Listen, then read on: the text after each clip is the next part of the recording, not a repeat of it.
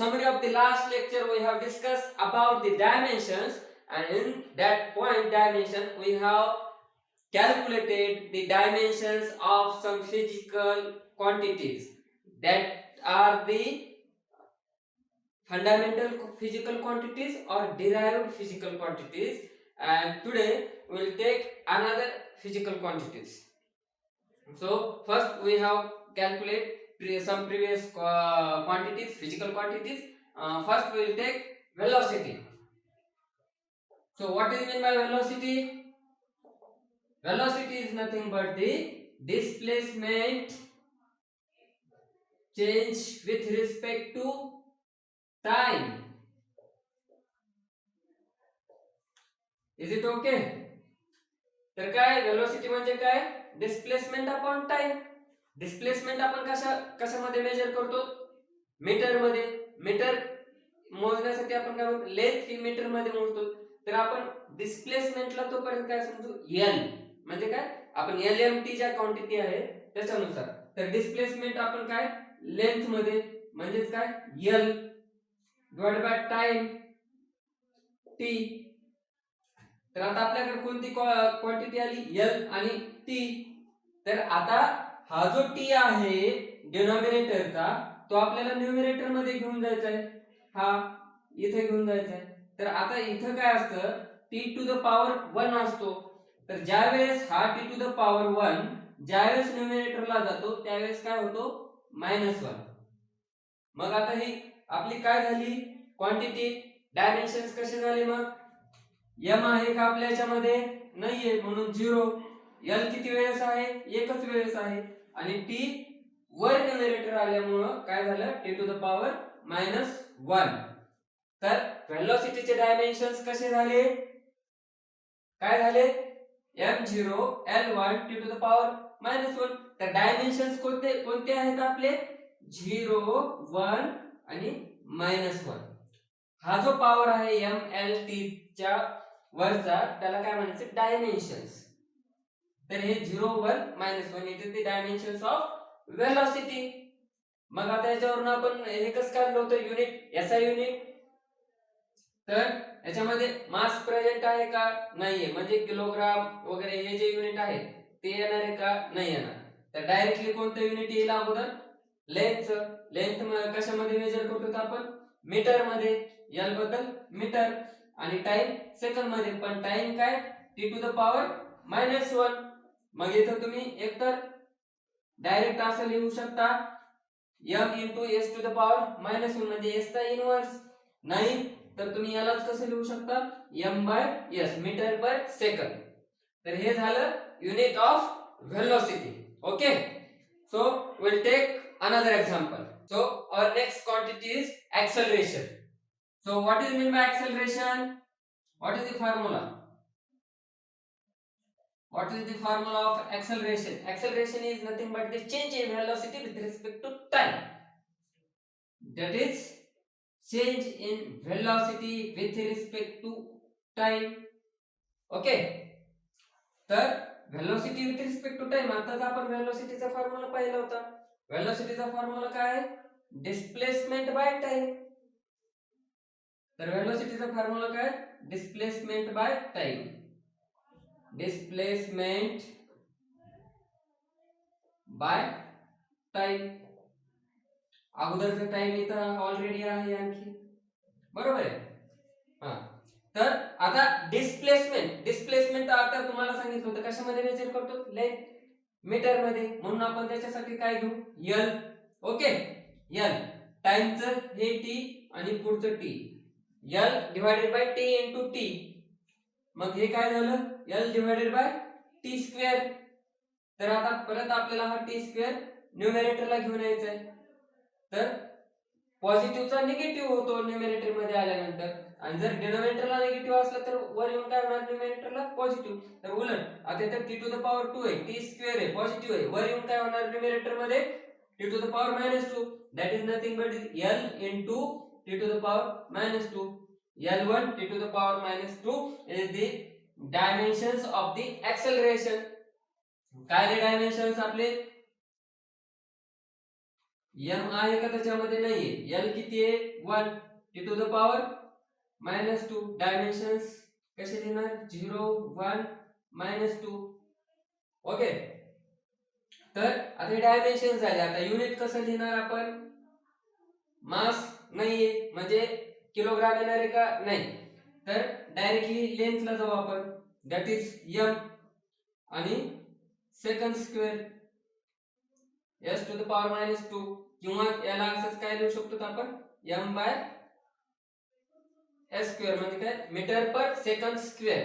तर हे झाले ऍक्सेलरेशनचे युनिट. आता आपण नेक्स्ट पाहू force constant. Okay. So third quantity is force. तर फोर्स मित्रांनो काय? आपल्या न्यूटन सरांच्या लॉ नुसार mass into acceleration. Mass into acceleration. तर आपण पहिल्यांदा वेलोसिटी पाहिली, ऍक्सेलरेशन पाहिलं. परत आता हा डिपेंडंट क्वांटिटी आहेत म्हणून मी परत घेतोय. तर मास दॅट इज m आणि ऍक्सेलरेशन डिस्प्लेसमेंट बाय टाइम. तर डिस्प्लेसमेंट कशामध्ये? l मध्ये, आणि time velocity by, sorry, first we take velocity with respect to time.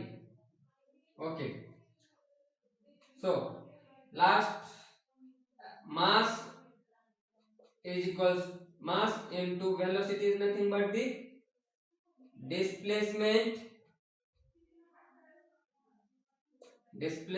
by time into time. Now we will, this is displacement, that is nothing but length, that is L. This time is T and this time also T. Now we will take it mass m into displacement, that is in the form of L divided by time into time power 2. Now we will get the quantity m l t to the power -2. काय झालंय? t square न्यूमरेटरला जाऊन -2 m l t to the power -2 म्हणजे इथं काय? m1 l1 t to the power -2 म्हणजे काय झाले? Dimensions काय झाले? 1 1 -2. आणि आता याचं SI युनिट काय? न्यूटन आहे. आपण याच्यावरून लिहिलं तर मास किलोग्राम मध्ये येतो, लेंथ मीटर मध्ये येते, टाइम सेकंदामध्ये येतो. या सर्वांचं जर मल्टिप्लिकेशन घेतलं, सगळ्यांचं जर आपण कॅल्क्युलेट केलं तर त्याचं नंतर याचं युनिट काय ठेवलं? न्यूटन. कारण न्यूटन सरांनी फोर्स काय आहे हे आपल्याला सांगितलं. कुठं? ग्रॅव्हिटेशनल फोर्स मध्ये, की फॉर्म्युला दिला त्याच्याबद्दल आपण त्याचं जे युनिट आहे फोर्सचं ते आपण कशामध्ये ठेवलं? न्यूटन सरांच्या नावावरती न्यूटन. आपण किलोग्राम वगैरे वगैरे हे लिहित नाही, तर त्याला आपण डायरेक्टली काय त्या क्वांटिटीला काय मेजर केलं? न्यूटन. तर फोर्सचं याचा युनिट काय? Newton. Okay, we will see next quantity. तर आता हे जे मी तुम्हाला सांगितले गेल्या लेक्चर मध्ये हे आपण पाहिले, पण माझा उद्देश परत सांगण्याचा हा आहे की आता आपल्याला फोर्स कॉन्स्टंट आणि ग्रॅव्हिटेशनल कॉन्स्टंट या दोन क्वांटिटी डिराइव्ह करायच्या. त्याच्याबद्दल मी एक पाठीमागची थेरी घेतलेली आहे. तर आता आपण डायरेक्टली पाहू फोर्स कॉन्स्टंट. तर मित्रांनो, फोर्स कॉन्स्टंट, त्यानंतर स्प्रिंग कॉन्स्टंट असा पण शब्द येऊ शकतो तुम्हाला एक्झाम मध्ये, फोर्स कॉन्स्टंट किंवा स्प्रिंग कॉन्स्टंट. आणि याच्या व्यतिरिक्त आपली नवीन क्वांटिटी आहे ती म्हणजे सरफेस टेन्शन. Surface tension. तर सरफेस टेन्शन आणि फोर्स कॉन्स्टंटचे जे डायमेन्शन आहेत हे सारखेच आहेत. यांचा जो फॉर्म्युला आहे तो सुद्धा काय? सारखाच आहे. तर यांचा फॉर्म्युला काय? फोर्स कॉन्स्टंट, स्प्रिंग कॉन्स्टंट किंवा surface tension is equals to force divided by change in length. म्हणजे फॉर्म्युला काय? Change in force with respect to length. That is nothing but the force constant, spring constant आणि surface tension. तर हा आता झाला याचा formula. तर आता आपण फोर्सचा डिराइव्ह केलं होतं. फोर्स म्हणजे काय? Mass into acceleration divided by length. तर आता आपल्याकडे, आता मी इथं पूर्ण क्वांटिटी म्हणजे पूर्ण शब्द लिहिलेला नाहीये. तर मास ऍक्सेलरेशन काय? Velocity with respect to time divided by length. तर परत मास इनटू वेलोसिटी काय? डिस्प्लेसमेंट म्हणजे काय? एल मध्ये एल बाय टी स्क्वेअर झालं डिवाइडेड बाय लेंथ. परत काय झालं मग? Mass into L divided by length into टाइमचा स्क्वेअर. तर इथं काय होईल? Length get cancel m by T square. काय आलं? हा मास बाय टाइम. तर मित्रांनो काय आलं? हे मासचं m capital power 1 divided by T चा स्क्वेअर. म्हणजेच आपण लिहिताना कसं लिहिणार याला? Mass to the power 1 L to the power 0 T to the power -2. कारण हा न्यूमरेटरला आला T. तर डायमेन्शन्स कसे ना 1 0 -2. आता हा फॉर्म्युला कशासाठी आले हे dimensions? Force constant, spring constant किंवा सरफेस टेन्शन साठी. मग याचे युनिट कसं येईल? मास आहे, मास कशामध्ये? किलोग्राम. आणि q टू द पॉवर -2 म्हणजे टाइम कशामध्ये? सेकंड मध्ये s टू द पॉवर -2. याला आपण कसं लिहू शकतो? Kilogram per second. This is the SI unit of the force constant, spring constant आणि surface tension. So we will see next. तर मित्रांनो आपण काय सांगितलं? फोर्स कॉन्स्टंट, स्प्रिंग कॉन्स्टंट किंवा सरफेस टेन्शनचं युनिट काय? किलोग्राम. किलोग्राम पर, याला आपण कसं लिहू शकतो? Kilogram per second square. बरोबर आहे. पण तुम्ही जर आपल्या पुस्तकामध्ये जर पाहिलं तर SI युनिट फोर्स कॉन्स्टंटचा किलोग्राम पर सेकंड स्क्वेअर आहे का? नाही. तर युनिट काय दिलेला आहे तुम्हाला? न्यूटन पर मीटर किंवा न्यूटन पर मीटर म्हणजे N डिवाइडेड बाय M किंवा N into M to the power -1 असं दिलेलं आहे. तर तुम्ही मला हे मग कसं येणार? तर मित्रांनो ज्यावेळेस फोर्सचं युनिट काय? न्यूटन. फोर्सचं युनिट काय आहे? न्यूटन. आणि न्यूटनचे आपले काय आले होते? डायमेन्शन्स कसे होते? Kilogram metre per second square. Is it okay? तर आता न्यूटन आपल्याला द्यायचे, तर काय होईल? हा जो मीटर आहे तर आपले युनिट काय? Kilogram per second square. Kilogram per second square. मग इथे एक्स्ट्रा काय? मीटर. तर मीटर इकडे पाठवून द्या डाव्या साईडला. तर न्यूटन हा गुणाकारामध्ये आहे. गुणाकारातला कुठे जातो? भागाकारामध्ये. तर newton divided by metre is equals to जशाच तशी क्वांटिटी राहील आपली मित्रांनो, न्यूटन पर सेकंड स्क्वेअर. तर आता ही quantity kilogram per second square ही आपल्याला मिळालेली क्वांटिटी आणि ही क्वांटिटी सारखी आहे, पण कशाच्या? न्यूटन पर मीटरच्या. तर आपण या किलोग्राम पर सेकंड स्क्वेअर ऐवजी आपण SI युनिट मध्ये याचं unit force constant, spring constant किंवा सरफेस टेन्शनचं युनिट काय लिहिणार आहे? Newton per metre. ओके. तर नेक्स्ट क्वांटिटी ग्रॅव्हिटेशनल कॉन्स्टंट. तर मित्रांनो आपण लिहून घेऊ अगोदर ग्रॅव्हिटेशनल कॉन्स्टंट. काय आहे gravitational constant? Capital G. Okay.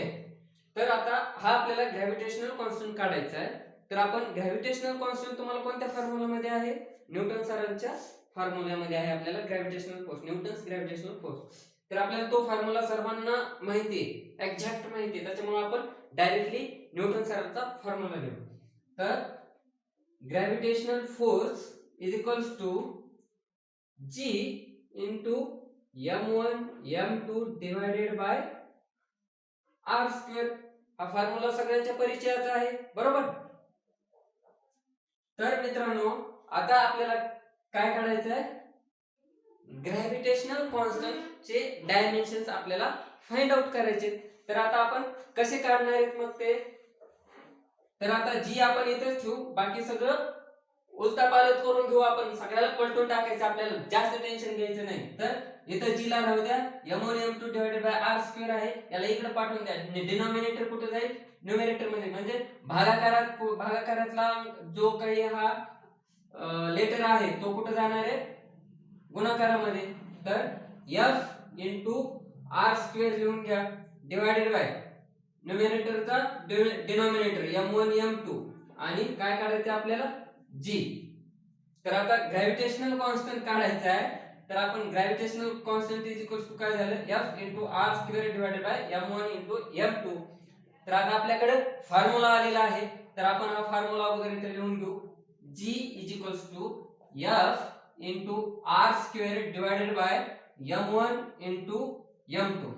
तर हा फॉर्म्युला आपण लिहून घेतलेला आहे, म्हणजे तुम्हाला समजण्यासाठी अगोदर मी इथे लिहिलं होतं. ओके, तर आता आपल्याकडे फॉर्म्युला भेटलेला आहे, g is equals to f into r square divided by m1 m2. तर आता हा f काय आहे, फोर्स, r काय, डिस्टन्स. आपण काय सांगतो, square of the distance between them, म्हणजे काय, डिस्टन्सचा स्क्वेअर. आणि दोन्ही पण काय, मास, वेगवेगळे मास आहेत, आपण डायरेक्ट याचा मास आपण स्क्वेअर घेऊन टाकू. तर आता आपल्याकडे हा फॉर्म्युला तयार झाला. तर आता आपल्याला फोर्स, मी तुम्हाला आता सांगितले, फोर्स फॉर्म्युला काय, mass into acceleration, m into a. m into a, mass into acceleration is nothing but the force into distance. डिस्टन्सचा फक्त लिहितो मी, डिस्टन्सचा स्क्वेअर डिवायडेड बाय मासचा स्क्वेअर. तर ऍक्सेलरेशन काय, मास इंटू ऍक्सेलरेशन काय, velocity with respect to time. परत हा डिस्टन्सचा स्क्वेअर डिवायडेड बाय मासचा स्क्वेअर. ओके, तर हा मास, व्हेलॉसिटी म्हणजे काय, velocity, how will define the velocity, that is nothing but the displacement by time. Already v by t आहे, म्हणजे इथं काय येणार आहे, t चा स्क्वेअर, परत पुढचा डिस्टन्सचा स्क्वेअर इथं आहेच, डिस्टन्सचा स्क्वेअर डिवायडेड बाय मासचा स्क्वेअर. तर आता घाबरू नका, डेरिवेशन मोठं होतं पण नंतर आपण त्याला छोटं होत असते. तर आता मास, हा मास आहे, म्हणजे हे मास, मास डिस्प्लेसमेंट बद्दल आपण काय लिहू, L. परत मास बद्दल m लिहू इथं डायरेक्टली. आता आपण शॉर्ट करू, तुम्हाला मास बद्दल m इंटू डिस्प्लेसमेंट बद्दल L, डिस्टन्स बद्दल L. म्हणजे काय, डिस्प्लेसमेंट आपण कशामध्ये मेजर करतो, लेंथ मध्ये, त्याच्यामुळे L घेतलेले, कन्फ्यूज होऊ नका. मास डिस्प्लेसमेंट लेंथ मध्ये, डिस्टन्स लेंथ मध्येच आहे. आता हा डिनॉमिनेटर आहे, हा डिनॉमिनेटर, दोन्हीचं मल्टिप्लिकेशन होईल. तर हा टाइम सेकंदामध्ये आणि मासचा इथं काय, स्क्वेअर आहे, बरोबर आहे. आता इथं एक मास आहे, इथं एक आहे, m टू द पॉवर 1 आणि m टू द पॉवर 2. तर आता इथला मास, एक मास, आणि इथला एक कट होईल. तर आता वर काय राहील तुमच्याकडे, l cube divided by t to the power 2 into m to the power 1. Okay, तर आता याच्यावरून आपण डायरेक्टली आपलं डायमेन्शन्स लिहू शकतो. काय, मास, आता हे काय डिनॉमिनेटरला आहे, हे न्यूमरेटरला गेल्यानंतर आपण सांगितलेले की डिनॉमिनेटरचं ज्यावेळेस न्यूमरेटरला जातं, म्हणजे छेदातलं ज्यावेळेस अंशामध्ये जातं, त्यावेळेस जर छेदात मायनस असेल तर अंशामध्ये जाऊन काय होईल, पॉझिटिव्ह, म्हणजे काय, प्लस होणार. आणि जर छेदात प्लस असेल तर अंशामध्ये जाऊन काय होणार, मायनस होणार. तर हे प्लस आहे तर अंशात जाऊन काय होणार, मायनस. तर आपल्या फॉर्म्युलानुसार काय येईल मग, m वर जाऊन काय झालं अंशात मध्ये मायनस, तर m to the power -1 l जशास तसा cube t to the power -2. तर मी बोर्ड साफ करून इथं लिहिलेले आहेत आपल्याला लास्ट क्वांटिटी भेटलेल्या m to the power -1 l to the power cube t to the power -2 म्हणजे काय -1 3 -2 हे आपले डायमेन्शन्स आहेत हे लिहिली. आता आपल्याला याच्यावरून काय करायचं आपल्याला SI युनिट काढायचे. तर SI युनिट काय येईल मग मास कशामध्ये मायनस मध्ये l क्यूब आहे t टू द पॉवर -2 हे दोन काय डिनॉमिनेटरला राहतील कारण हे मायनस आहेत आणि हा कुठे राहील न्यूमरेटरला. तर l म्हणजे काय लेंथ म्हणजे काय मीटर क्यूब बरोबर आहे. मास कशामध्ये किलोग्राम आणि सेकंड स्क्वेअर आहे बरोबर आहे हे सेकंड स्क्वेअर. तर हे झालं याचं unit metre cube per kilogram into second square.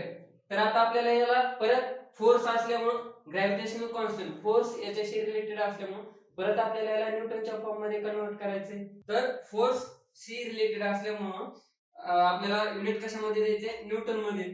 तर न्यूटनचं काय न्यूटनचं जे युनिट होतं म्हणजे फोर्सचं युनिट आपण कशामध्ये कॅल्क्युलेट केलं होतं kilogram metre per second square.